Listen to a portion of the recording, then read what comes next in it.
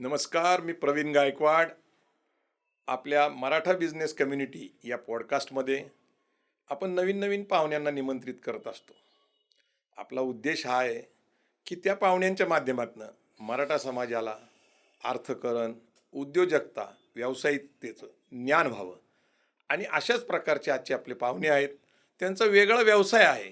एक्झिबिशनमध्ये जाऊन ते आपला व्यवसाय करतात.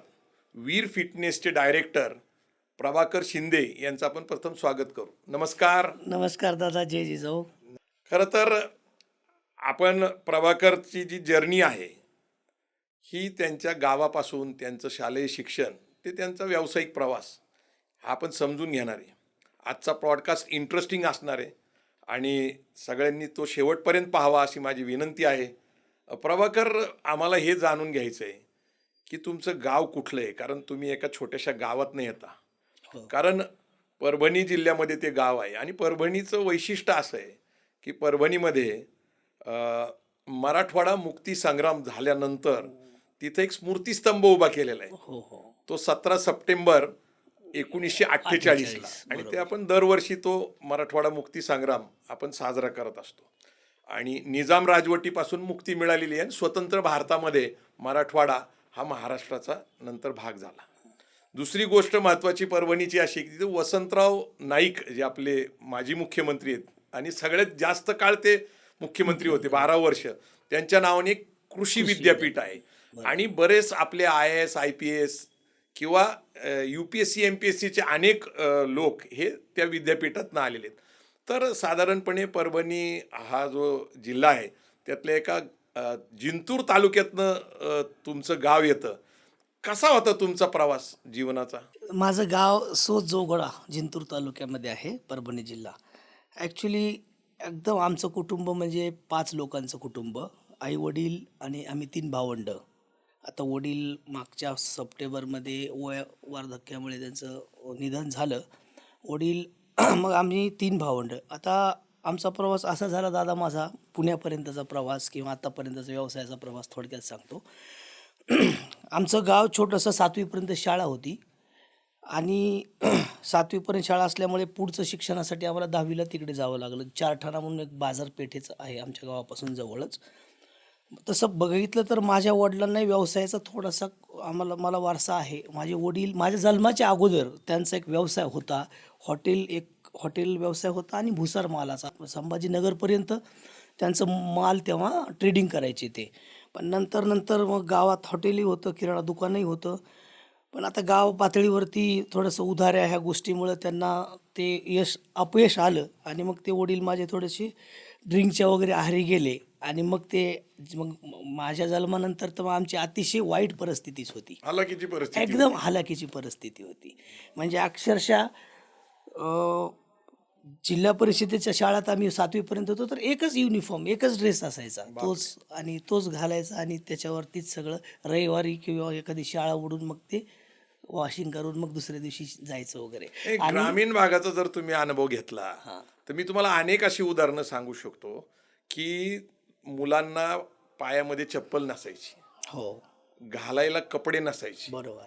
आणि अशा परिस्थितीमध्ये ग्रामीण भागामध्ये मुलं शिकली म्हणजे अगदी पूर्वी एखादं म्हणजे चड्डीला ठिगळ असणं किंवा बोळ पडलेलं असणं हो. किंवा शर्ट फाटलेलं असणं हे खूप ग्रामीण भागामध्ये, म्हणजे शाळा नावाचा एक चित्रपट आला होता त्याच्यामध्ये तुम्ही बघता. आणि अनेक जुन्या कहाण्या आहेत. पण हा जो तुमचा प्रवास आहे, तुम्ही तर सांगत होता की गावापासून 7 किलोमीटर तुम्हाला रोज चालत जायला हो, हो, लागायचं हो. आणि जवळपास 1.5 तास तुमचं तर नुसतं चालण्यामध्येच जायचा. 1.5 तास म्हणजे ते 7 किलोमीटर अंतर होतं. आम्हालाही चप्पल नसायची पायामध्ये. विदाऊट चप्पल 1.5 तास चालत जायचं. शाळा करायची आणि ते हिवाळ्यात शाळू दिवस म्हणतो आपण, लवकर दिवस माळवायचा, घरी येईपर्यंत अंधार पडायचा. अशा परिस्थितीत मग पाऊस असो, ऊन असो, वारा, म्हणजे काही असलं तरी शाळेत जायचं, भिजत जायचं. अशी परिस्थिती आमची 10वीपर्यंतचा माझा प्रवास झाला. बरं. आणि माझ्या मोठ्या भावाचं रामभाऊ शिंदे, हा 9वीला असताना त्याला युनिफॉर्म नव्हता म्हणून 1 वर्ष घरी बसावं लागलं. अरे बापरे. कारण ती झडपी शाळा स्ट्रिक्ट होती. त्यांनी सांगितलं युनिफॉर्म नाही. तो अक्षरशः गेटवर रडायचा की मला शाळेत जाऊ द्या. त्याला हुशार पण होता तो प्रचंड. नंतर त्यांनी मग 1 वर्ष आपलं बिगारी काम वगैरे करून ते युनिफॉर्म तयार करून मग 10वी कंप्लीट केली. अरे बापरे. आणि 10वी कंप्लीट करून तेव्हा 10वीवरती D.Ed होतं दादा. 1900 मला वाटतं 99 92 93 99 नाही 99 नाही 90 91 92ला 10वीवरती D.Ed होतं आणि त्याचा D.Edला नंबर लागला होता. D.Ed म्हणजे तेव्हा खूप मोठं शिक्षक होणं. पण तेव्हा 10,000 रुपये लागत होते तर नव्हते. मग त्याने विचार केला की आता आपण शिक्षण 10वीपर्यंतच बस, कारण आताच आपल्याला यश मिळाले, नोकरी मिळते, पण पैसे भरा नाही D.Ed करण्यासाठी. मग त्यांनी तेव्हा मुंबईला गेला तो मोठा भाऊ आणि तिथे सिक्युरिटीमध्ये जॉईन झाला. बरं. आणि मग त्याच्या मागे मागे मी 8वी 9वी 10वी जाणं येणं करून मी शिकलो. मी आणि माझा भाऊ 2 नंबरचा धीरज शिंदे सोबतच होतो, कारण तो 5वीत नापास झाला होता. 5वीत त्याला 6 रुपये फीस नव्हती भरायला. बाप. आणि मग 5वीपासून मी 4थीतून 5वीत आलो. 5वी ते 10वी आम्ही सोबतच होतो, मी आणि माझा 2 नंबरचा भाऊ. मी सगळ्यात धाकटा. मग असं सगळं करत असताना त्या 4 ठणच्या शाळेत मग आम्ही 10वीला तो पास झाला आणि मी नापास झालो. बरं. मला इंग्लिशला तेव्हा पडले 12 का 14 मार्क आणि मी नापास झालो. अच्छा. आणि मग तो पास झाला. मग त्यांनी मोठा भाऊ मुंबईला कामाला होता सिक्युरिटीमध्ये. मग धीरजला आमच्या 11वी 12वीला तो पैसे पाठवत होता. आणि मग मला काय करायचं, मला गावात ठेवायचं नाही ह्यांना, कारण गावामध्ये ह्यांचं म्हणणं होतं की हा राहिला तर अजून बिघडेल, बरं. परिस्थिती वाईट असते, की खेड्यापाड्यात दोन्ही असतात, चांगली असतात वाईटही असतात, लहानपणी तंबाखूची व्यसनं असणारी माणसं वगैरे असं बरंच काय होतं. मग भावानी आमच्या गावात त्याच्या मित्राला सांगितलं, भावकीतल्याच एकाला, की तू याला अगोदर गावाच्या बाहेर काढ. तो तिथे परभणीत ॲटो चालवत होता. बरं. मग मला तो परभणीत घेऊन गेला. बरं. मग परभणीत घेऊन गेल्यानंतर मग तो ॲटो चालवत होता. मला त्याने एका रेस्टॉरंटला कामाला लावलं, स्टेशन रोडला. बरं. मी तिथे काही दिवस रेस्टॉरंटला काम केलं. काय काम करायचं रेस्टॉरंट? रेस्टॉरंटमध्ये दादा मोरी कामगार? मोरी कामगार म्हणून काम केलं मी. वेटर म्हणून? वेटर म्हणून. आता इथे एक आमचे गोळेगावकर म्हणून आहेत, गोदातीर नावाचा पेपर आहे त्यांचा, आता माझे चांगल्या परिचयाचे. त्यांच्या हॉटेलला मी ते चहा घेऊन जात होतो. बरं. आणि एकदा आत्ताचा एक किस्सा सांगतो. एकदा ते पुण्याला एका प्रदर्शनाला व्हिजिटला आले. आणि व्हिजिटला आल्यानंतर त्यांना एक मशीन आवडलं. मशीन आवडल्यानंतर ते आमच्या पोरांना म्हणले काहीतरी कमी करा. ओनर कोण आहेत तर पोरांना सांगितलं ओनर तिकडे बसलेत. तर म्हणले तुम्ही सांगा की कमी करा. म्हणलं काय, पोरं माझ्याकडे आलेले सर ते परभणीचीच आहेत आणि ते म्हणतात कमी करा. मग मी जवळ गेलो. आता मी त्यांना पाहिलेलं दादा 1997-98ला मी तेव्हा त्यांना पाहिलेलं. आणि ही गोष्ट मी सांगतोय 2015-16ची. बरं. एवढ्या काळानंतर त्यांना मी नाव विचारलं. ते म्हणले रमेश गोळेगावकर, रमेश दुधाटे. मी म्हणलं तुम्ही वकील आहात का? ते म्हणले कसं काय, तुम्हाला कसं माहिती? मी म्हणलं तुमचं स्टेशन रोडला ऑफिस आहे का? ते म्हणले तुम्हाला कसं माहिती? मी म्हणलं मी तुमच्या ऑफिसमध्ये चहा घेऊन येत होतो. अरे काही म्हणताय बोलले तुम्ही, चहा तुम्ही तर ह्या कंपनीचे ओनर दिसताय. मग मी त्यांना थोडक्यात सगळी हिस्ट्री सांगितली आणि मग ते इम्प्रेस झाले. मला घरी बोलवलं त्यांनी, माझ्या ऑफिसला आताही येतात ते. तर हा सगळा प्रवास झाला. मग मी ते हॉटेलचं काम, ते मोरी काम किंवा चहा घेऊन जाणे, हे स्टेशन रोडला काम केलं. त्यानंतर मग ज्या एका दुकानावर स्टेशन रोडला मी हॉटेलमध्ये काम करायचं, ते चहा घेऊन जात होतं. ते एक जम्बो झेरॉक्स नावाचं प्रदीप म्हणून एक ओनर होते. ते म्हटले अरे तू कशाला काम करतो, माझ्याकडे ये. मग मला वाटलं थोडं प्रमोशन होतं आपलं. हॉटेलवरनं एक झेरॉक्सच्या दुकानावर काम केलं. तिथून मग मी एका मेडिकलवर काम केलं. गणेश मेडिकल हॉल म्हणून आहे, खूप मोठं शिवाजी रोडलाच ते मेडिकल आहे परभणीमध्ये. हे सगळं करत असताना आमच्या गावात आमच्या आत्यानी जीप घेतली. बरं. आणि मग जीप घेतल्यानंतर आमची आत्या असे बोलली की तू इकडे तिकडे काम कशाला करतो, आपल्या जीपवरच राहा. आमचे जीप म्हणजे जिंतूर, जोगवाडा, जिंतूर, देवगाव फाटा आसपासच्या गावात ते प्रवास होता. वडाप.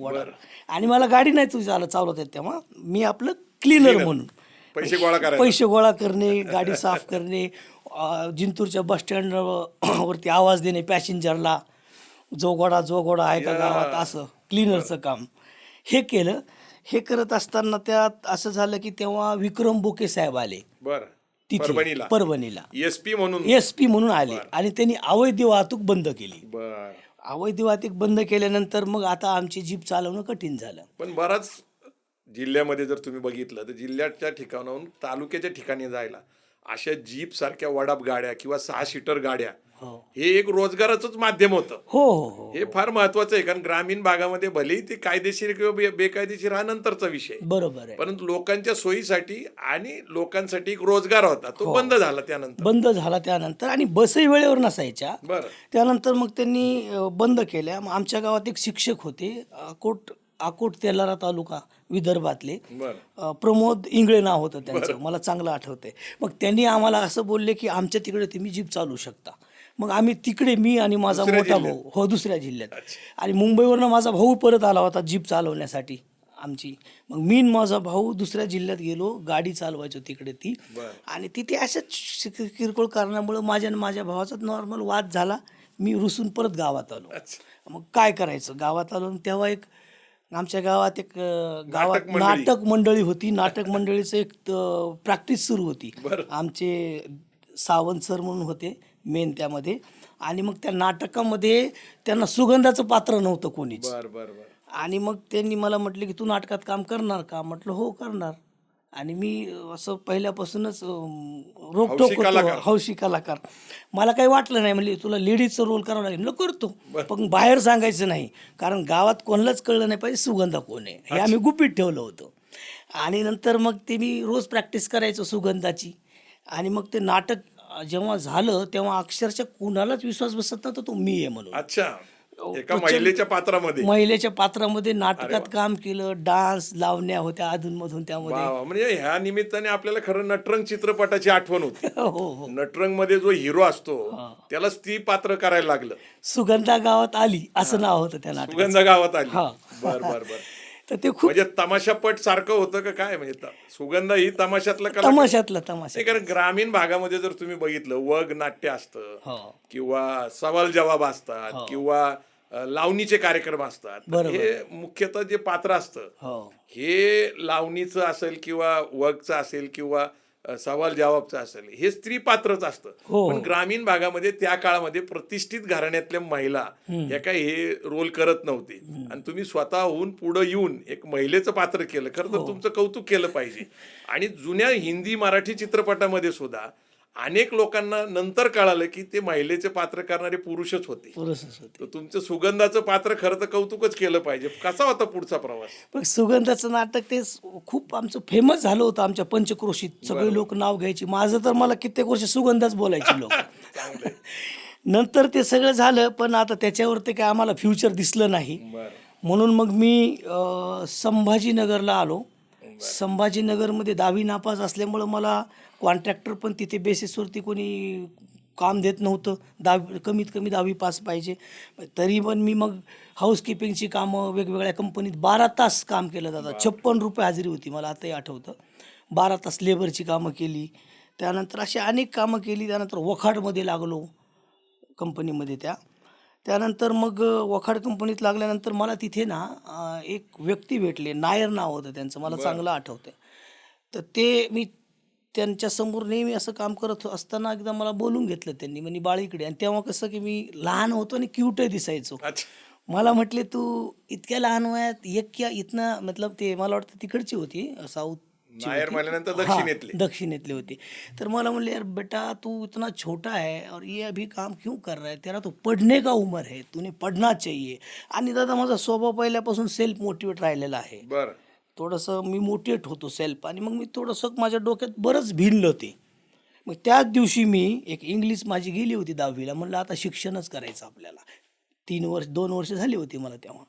मग मी एक इंग्लिशचं पुस्तक घेतलं आणि एक डिक्शनरी घेतली. बरं. आणि काहीच कळायचं नाही, तरी पण लिहून वाढवून वाचून ते इंग्लिशचे जुने पेपर जमा केले जे आपण नापास का झालो, थोडासा अभ्यास करून वगैरे वगैरे, सेल्फ स्टडीनंच. ट्युशन लावायला काही पैसे नव्हते, कारण नोकरीच करायचो मी.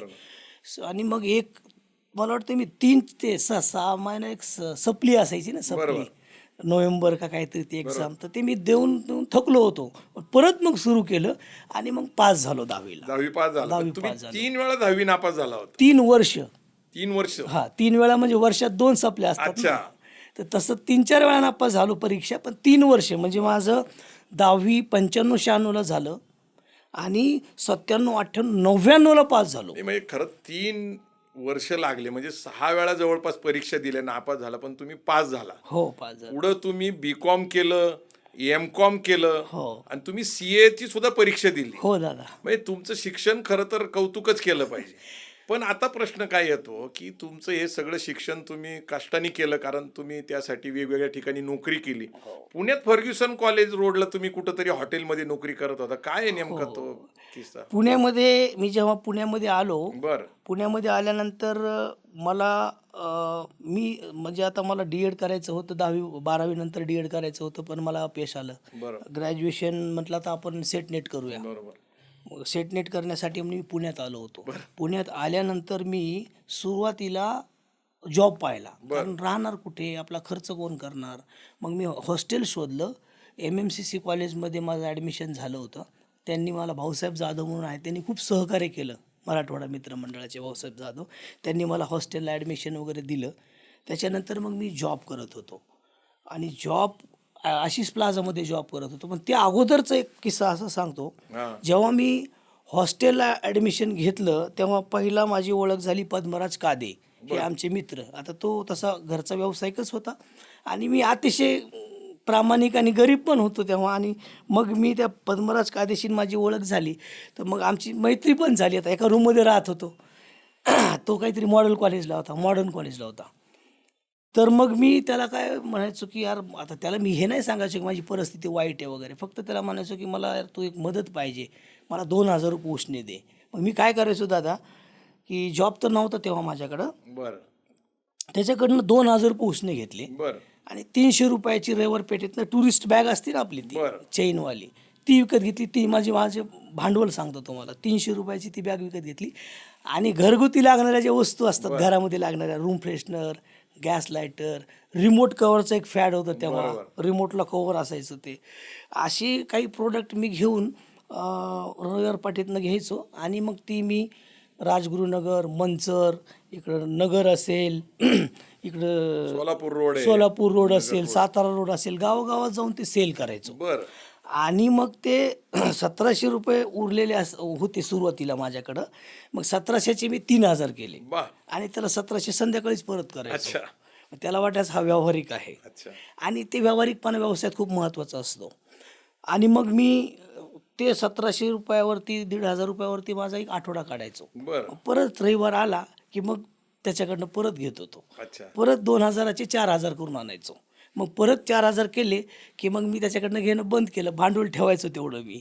आणि मग असं करत करत माझं शिक्षण मी कंप्लीट केलं. नाही, म्हणजे आपल्याला प्रेक्षकांना हे सांगितलं पाहिजे की तुम्ही एक संधी शोधली. हो. आणि तुम्हाला हे मार्केटिंगचं जे तंत्र अवगत झालं. खरं तर घरोघरी जाऊन प्रोडक्ट्स विकणं, अगदी तुम्ही MG रोड, फर्ग्युसन रोड किंवा जंगली महाराज रोडला जर तुम्ही गेला तर बरीच मुलं भेटत असतात. कधी पुस्तक विकत असतात, कधी ते CD कॅसेट्स विकायचे किंवा काही वस्तू विकत, आणि ते काय सांगतात की आम्हाला MBA मार्केटिंग करतोय आम्ही आणि आम्हाला हे सेल्स करायसाठी, शिकण्यासाठी हे करायला लावलेले. पण तुम्हाला तर हे परिस्थितीने घडायला लावलं. आणि तुम्ही रविवार पेठेतल्या होलसेल मार्केटमध्ये जायचं, होलसेल मार्केटमधनं वस्तू खरेदी करायचा आणि मग ती रिटेलमध्ये तुम्ही विकायचा घरोघरी जाऊन, आणि तुम्ही तो व्यवसाय सुरू केला.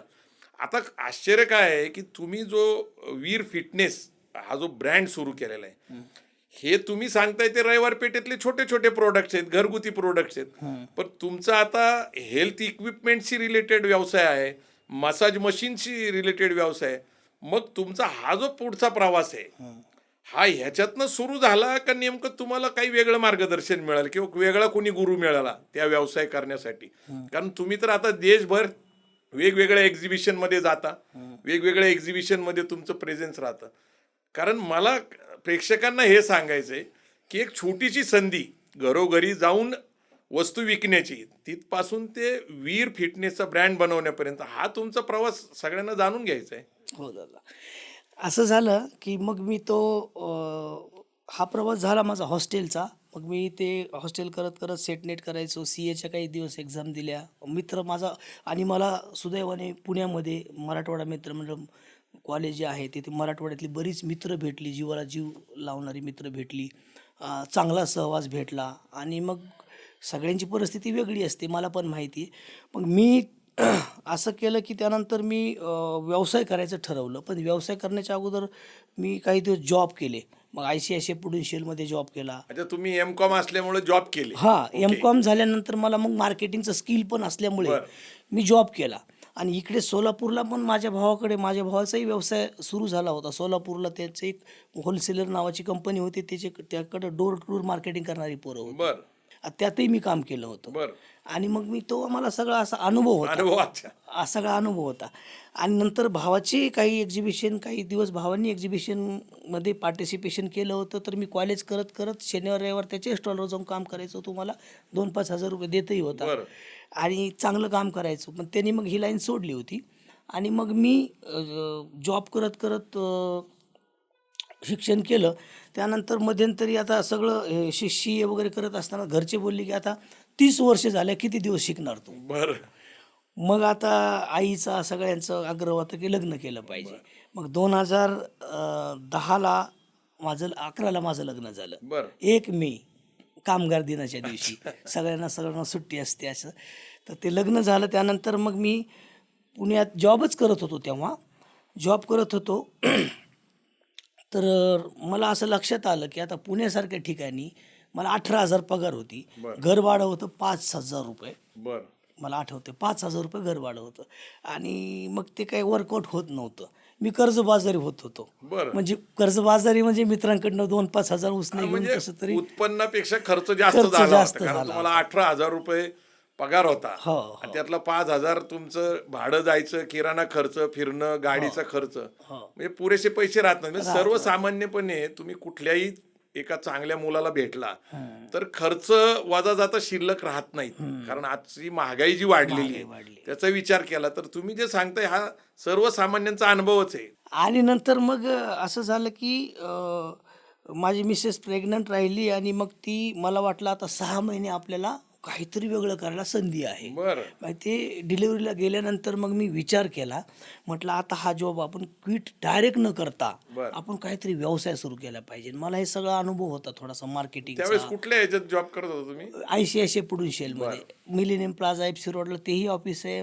आशिष प्लाझा जिथं मी जॉब केला सुरुवातीला तिथेच ते ऑफिस आहे. म्हणजे FC रोड माझ्या आयुष्यात बराच. आणि कॉलेजही माझं तिथेच आहे. बरं 2005 पासून आजपर्यंत मला FC रोड आणि डेक्कन या एरिया. आणि माझं ऑफिसही आत्ता नवी पेठेतच वीर फिटनेस अलका थिएटरच्या तिथेच आहे. बरं हो. तर मग मी जॉब सोडायचा विचार केला. मग जॉब सोडायचा विचार केला तर एकदम जॉब सोडला तर परत प्रॉब्लेम होईल.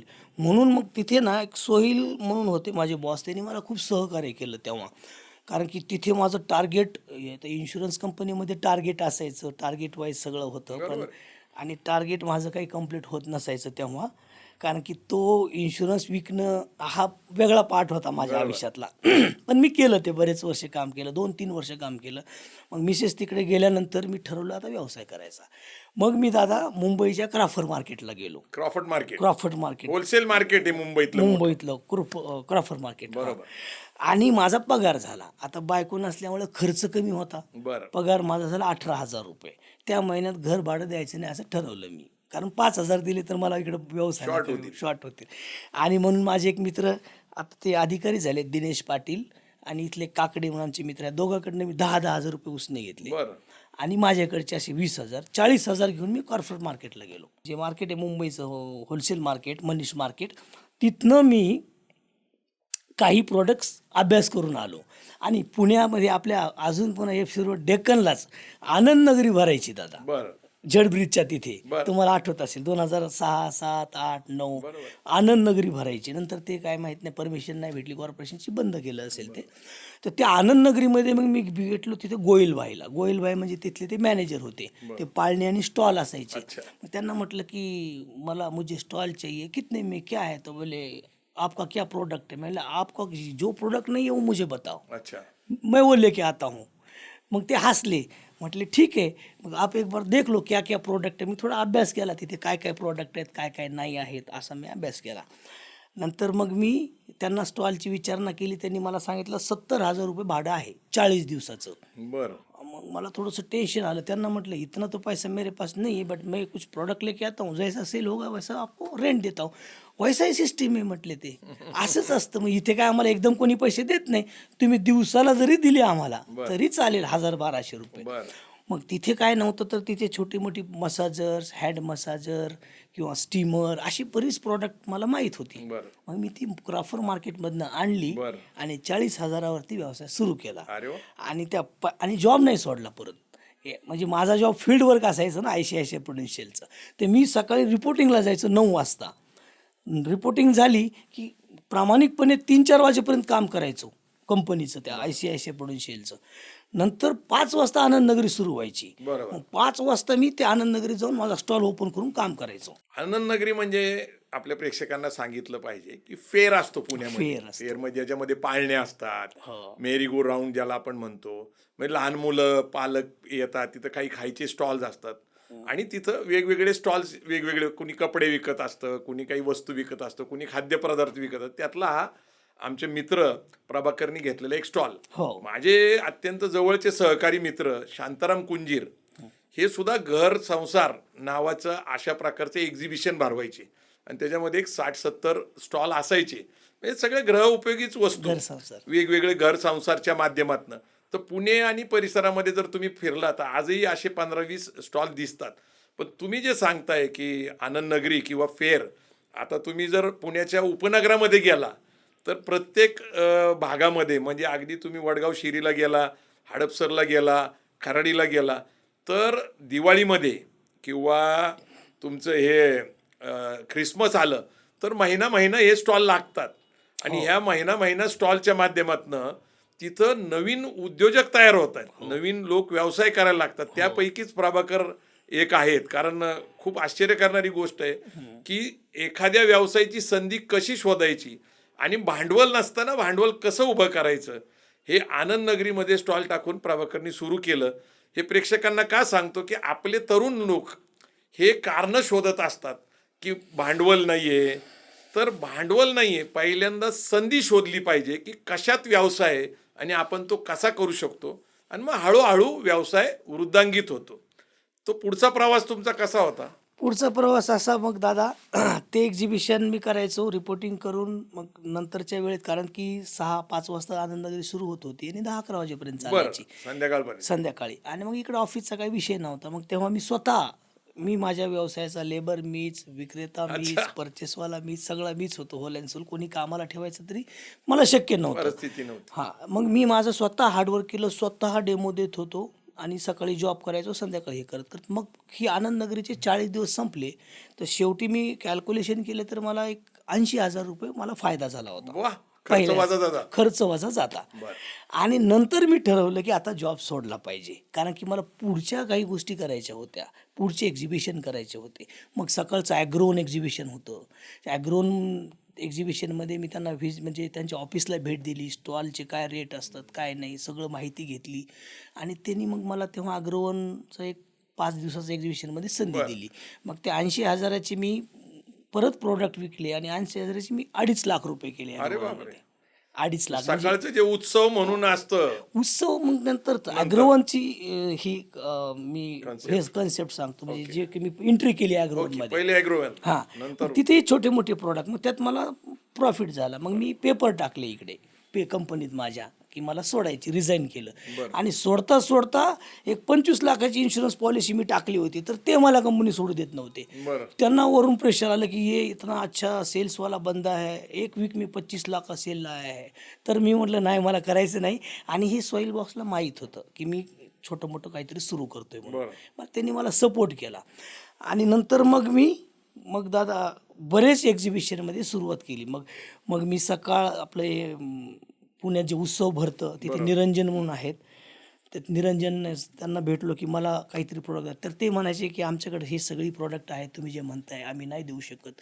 2-1 वर्ष त्यांच्या मागे राहिलो. पण बाकी मग छोटे मोठे एक्झिबिशन मी करायचो, जे आजही भरतात भारतामध्ये आपल्या महाराष्ट्रामध्ये कृषी प्रदर्शन वगैरे वगैरे, आणि आनंदनगर मात्र कंटिन्यू ठेवल्या अच्छा. होत्या. मग हडपसरला असो, तुमच्या तिथे मुंडवा रोडला, शेरला असो, वडगाव शेरीला असो, एच.ए. ग्राउंडला असो, 2 वर्ष आनंदनगर मी कंटिन्यू केल्या, मुंबईला केल्या. बरं. मग 2 एम्प्लॉई घेतले, त्यात माझा मेहुणा, त्याला बोलून घेतलं भगवान तळेकर, बरं. आणि तो माझा सहकारी होता तेव्हा. त्यानंतर मग एक एम्प्लॉय आला पवन बगदुरे, जो आजही माझ्यासोबत आहे, माझा सहकारी.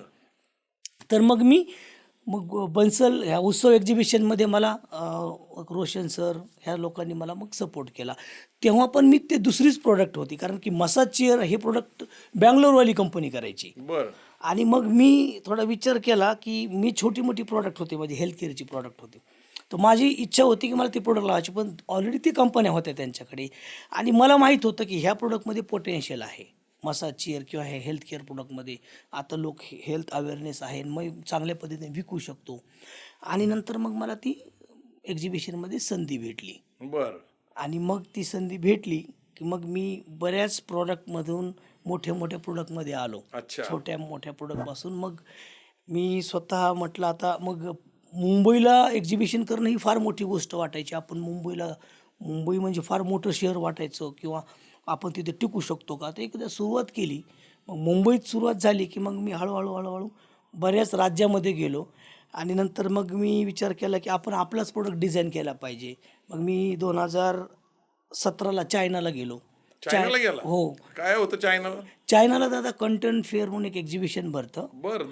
दरवर्षी भरतं नोव्हेंबरमध्ये आणि एप्रिलमध्ये. बरं. दोनदा? 2 वेळा भरतं. त्यात वेगवेगळे फेज असतात. मग मी सतत 3 वर्ष चायनाला गेलो. अच्छा. चायनाला गेलो, कोरियाला गेलो, बरं. आणि मग प्रोडक्टचा अभ्यास केला. मी काही दिवस चायनावरूनच प्रोडक्ट इम्पोर्ट करून विकत होतो. नंतर मग स्वतः आपण डिझाईन करून पार्ट्स बोलून स्वतः आता मी असेंबल करतो. आता दिल्लीमध्ये माझं ऑफिस आहे 800 स्क्वेअर फीटचं. नॉर्थ म्हणजे जे काही पंजाबमध्ये चंदीगड असेल, लुधियाना असेल, हरियाणा दिल्लीचा भाग असेल, तर हे गुजरात, अहमदाबाद, म्हणजे आता भारतातली मेट्रो सिटी किंवा छोटे शहर असं कुठलंच शहर नाही जिथे माझा प्रोडक्ट जात नाही आणि मी एक्झिबिशन करत नाही. भारतभर माझे एक्झिबिशन असतात, आणि आठवड्याला 4 ठिकाणी एक्झिबिशन असतात.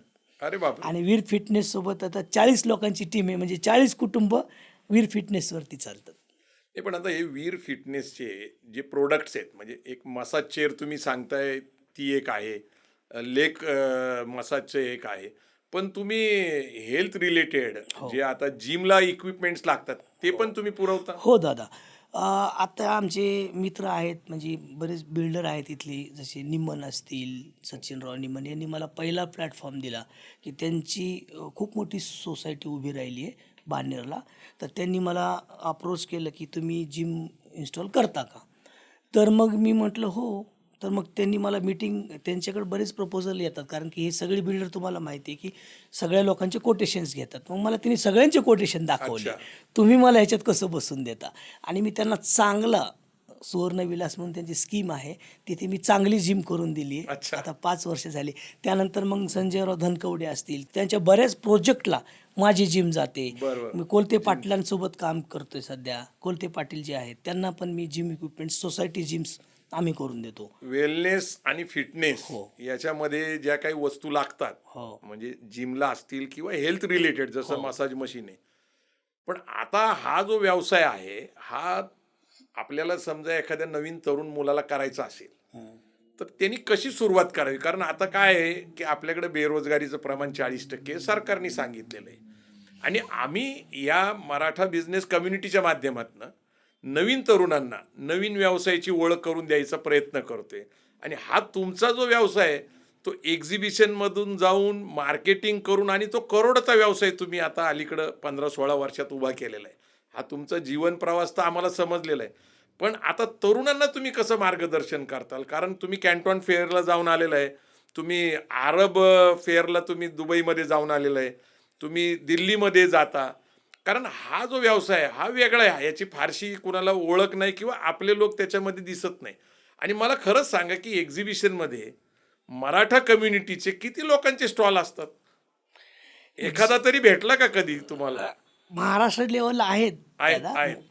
महाराष्ट्र लेवलला म्हणजे जसं संभाजीनगर असेल, असे छोट्या मोठ्या एरियामध्ये आपले लोक आहेत, बरं. परंतु दिल्ली साईडला फार कमी दिसतात. चेन्नईला, हैदराबाद नाही नसल्याच जमा आहेत. म्हणजे मला दिल्लीमध्ये मला वाटतं तुमचं आणि माझं एकदा बोलणं झालं होतं, तुम्ही दिल्लीमध्ये होता. तर असाच आपला फोन झाला. दिल्लीचं तुमचं एक्झिबिशन हो, होतं. हो, हो, हो. कुठल्या ग्राउंडवर असतं ते? प्रगती मैदान प्रगती ट्रेड मैदान. फेअर नावाचं एक्झिबिशन असतं. Trade fair. ट्रेड फेअर खूप मोठं एक्झिबिशन असतं. ट्रेड फेअरच्या टायमाला मी दिल्लीत हो. होतो आणि आपलं बोलणं झालं होतं आणि मी आलो होतो त्या ट्रेड फेअरला. तिथं आपली भेट झाली भेट होती. झाली होती. खरं सांगायचं तर हा एक वेगळा व्यवसाय आहे आणि ह्या व्यवसायाची ओळख करून देत असताना मला सगळ्यांना महत्त्वाची गोष्ट काय सांगायची की अगदी छोट्याशा छोट्या मसाज मशीनपासून ते मसाज चेअरपर्यंत आणि त्याचं प्रोडक्शन करण्यापर्यंत वीर फिटनेसचे जे आपले प्रभाकर शिंदे यांचं कौतुकच केलं पाहिजे. कारण काय आहे की एखादं राज्य ओलडून जाऊन दुसऱ्या राज्यात जाणं व्यवसाय करणं, कारण ते मद्रासला जातात, हैदराबादला जातात, बेंगलोरला जातात, दिल्लीला जातात, चंदीगडला जातात आणि हे आपल्या तरुणांना प्रेरणादायी वाटावं म्हणून हा आपण त्यांचा सगळा प्रवास समजून घेतोय. आता मला तुम्हाला हे सांगायचं आहे की पुण्यामध्ये अनेक एक्झिबिशन होत आहेत, पण आत्ता पुढच्या महिन्यामध्ये 27-28 फेब्रुवारी 1 आणि मार्च 1 मार्च असं 3 दिवसाचं मराठा बिझनेस कम्युनिटी म्हणजे मराठा समाज हा व्यावसायिक समाज आहे, याच्यासाठी मराठा एंटरप्रेनर्स असोसिएशन यांचं ॲग्रिकल्चर कॉलेजवर एक मोठं एक्झिबिशन होतं आहे आणि ह्या एक्झिबिशनमध्ये जवळपास 500 स्टॉल लागणार आहेत. विविध व्यवसायाचे असतील, मग एज्युकेशन रिलेटेड असेल, ॲग्रिकल्चर असेल, मशनरी रिलेटेड असेल, फूड रिलेटेड असेल. त्याचे अध्यक्ष विक्रम गायकवाड आमचे मित्र आहेत, अंकुश आजबे त्याचे माजी अध्यक्ष आहेत, किंवा अरुण आप्पा निमन किंवा त्यांचे सगळे सहकारी हे आता प्रयत्न करत आहेत. त्यांच्या सातत्याने महाराष्ट्रातल्या वेगवेगळ्या जिल्ह्यामध्ये मीटिंग्स चालू आहेत. पण मला एक सांगा की एक्झिबिशनमध्ये स्टॉल घेऊन आपला व्यवसाय कसा वाढतो? कारण बऱ्याच लोकांच्या मनामध्ये प्रश्न असतो किंवा माझा एक्झिबिशनमध्ये स्टॉल का असावा आणि मी कशाला एवढे पैसे व्हायला घालवावे. तुम्ही तर एक्झिबिशनमध्ये जाऊन व्यवसाय करताय, वाढवताय. कारण मला एक दिसतं, जर तुम्ही पुण्यामध्येच तुमचं सेंटर करून व्यवसाय करत बसला असता तर तुमचा टर्नओव्हर फारसा झाला नसता.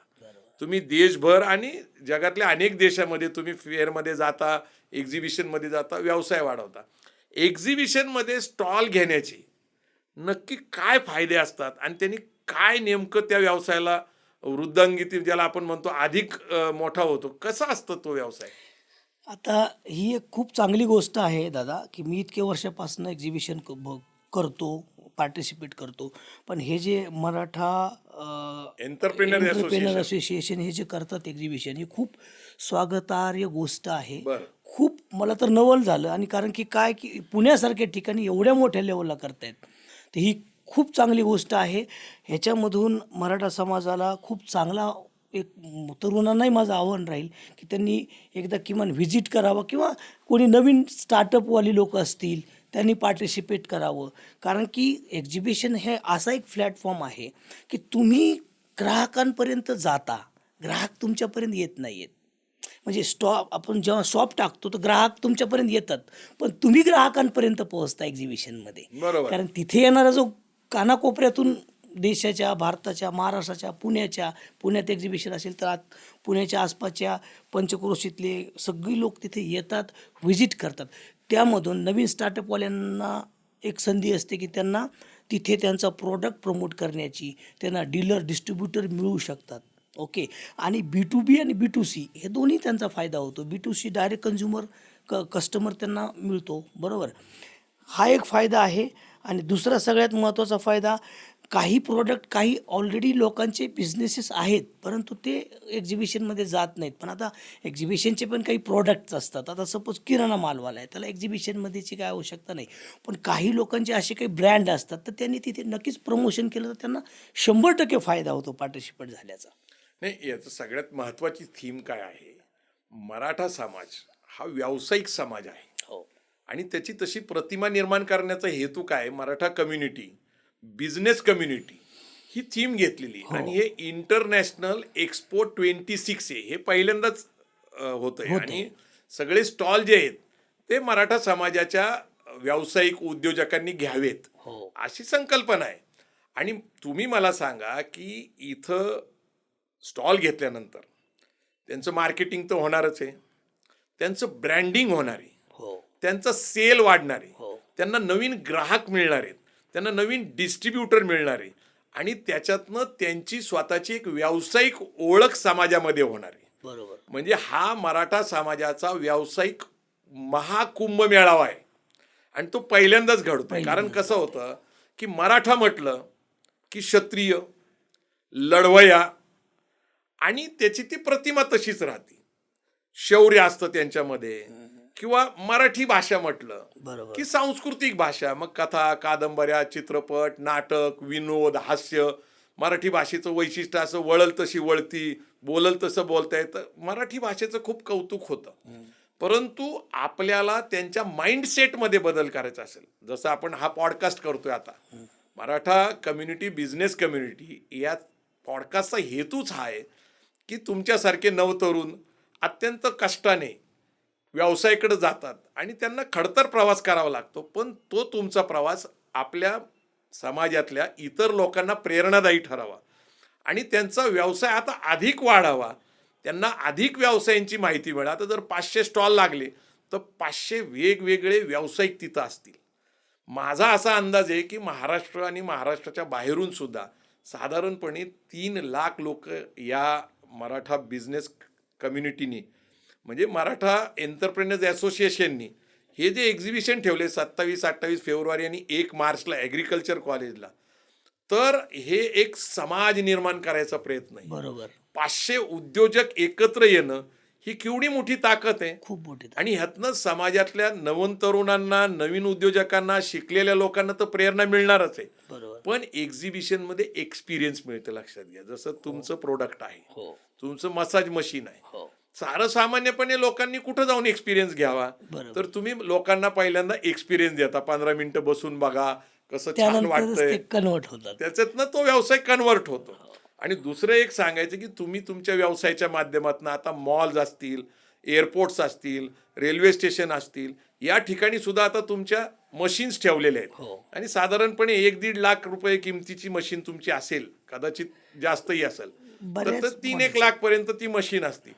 तर त्या मशीन 2, 3, 4 वेगवेगळ्या ठिकाणी ठेवलेल्या आहेत आणि तिथं जे मुलं आहेत ते एका तासाला काही रक्कम चार्ज करतात, 15 मिनिटाला काही चार्ज करतात, 100. मला वाटतं की एका तासाला नाही, पण 20 मिनिटं 25 मिनिटं असं स्लॅब असतो. 20-25 मिनिटाचा जर स्लॅब असेल तर 100 रुपये, 150 रुपये, 300 रुपयापर्यंत आहे. 300 रुपयापर्यंत लोक ते देतात. आणि अशा 2 मशीनमध्ये साधारणपणे 3-4 लाख रुपयाच्या इन्व्हेस्टमेंटमध्ये हजारो रुपये आज मॉलमध्ये, रेल्वे स्टेशनला, एअरपोर्टमध्ये आणि अनेक ठिकाणी जिथं लोकांना हा एक्सपिरियन्स घेता येत, त्यातनं एक नवीन उद्योग उभा राहिलेला आहे. बरोबर. म्हणजे तुमच्या मसाज मशीनच्या माध्यमातून अनेक, मला माहिती आहेत की अनेक तरुण उभे राहिले ज्यांचं अर्थकरण त्यातनं चांगलं चाललेलं आहे.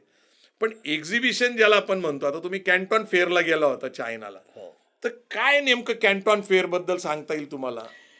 कॅन्टॉन फेअर दादा हा चायनामधला म्हटल्यापेक्षा जगातला, मी तर म्हणेल सगळ्यात मोठा एक्झिबिशनचा फेअर आहे. जगातलं सगळ्यात मोठं जगातला. चायनाचं. कारण कॅन्टॉन फेअर एवढं जगात कुठेही एक्झिबिशन भरत नाही. केवढं मोठं असतं ते?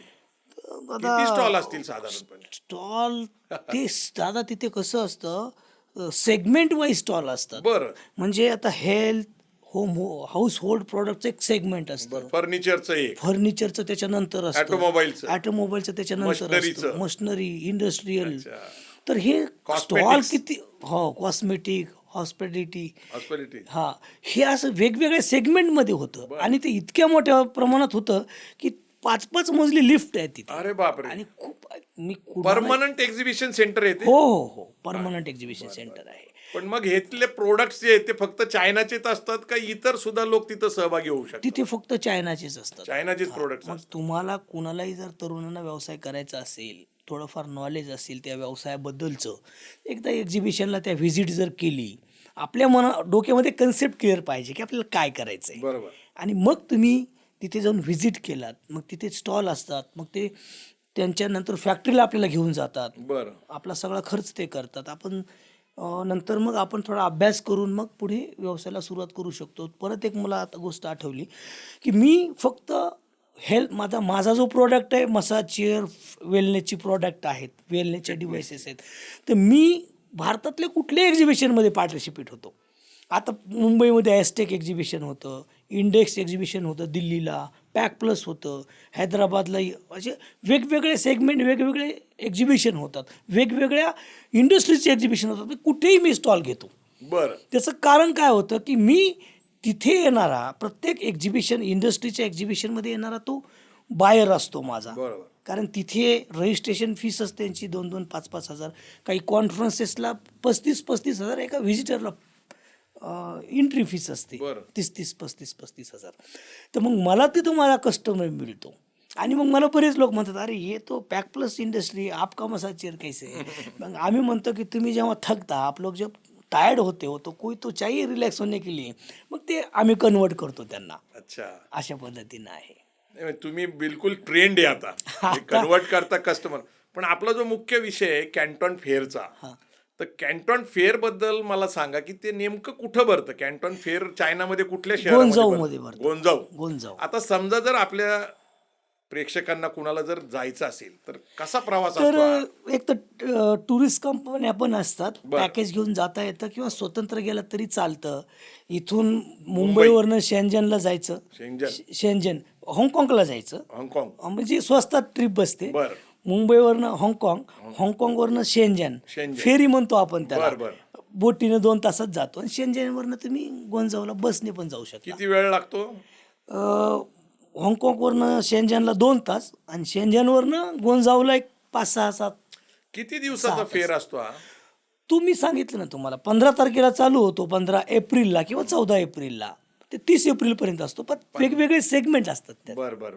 तुम्ही कुठल्या सेगमेंटसाठी जाणार तो आपण विचार करून जायला पाहिजे. पण आता चायनाचे जे प्रोडक्ट आहेत हे पहिली गोष्ट स्वस्त असतात, याचं कारण काय? चायनाचे प्रोडक्ट स्वस्त असतात असं पण आहे आणि स्वस्त नसतात असं पण आहे. म्हणजे चायना काय करतो दादा, सपोज आता मी एक एक्झाम्पल देतो. बरं. मी सुरुवातीला चायनाला गेलो तेव्हा माझ्याकडे आयफोन होता. त्यांना मी आयफोनची कॉडची प्राईस विचारली. तर त्यांनी मला सांगितलं की तुम्हाला कॉडची प्राईस 10 रुपयाला पाहिजे की 100 रुपयाला पाहिजे.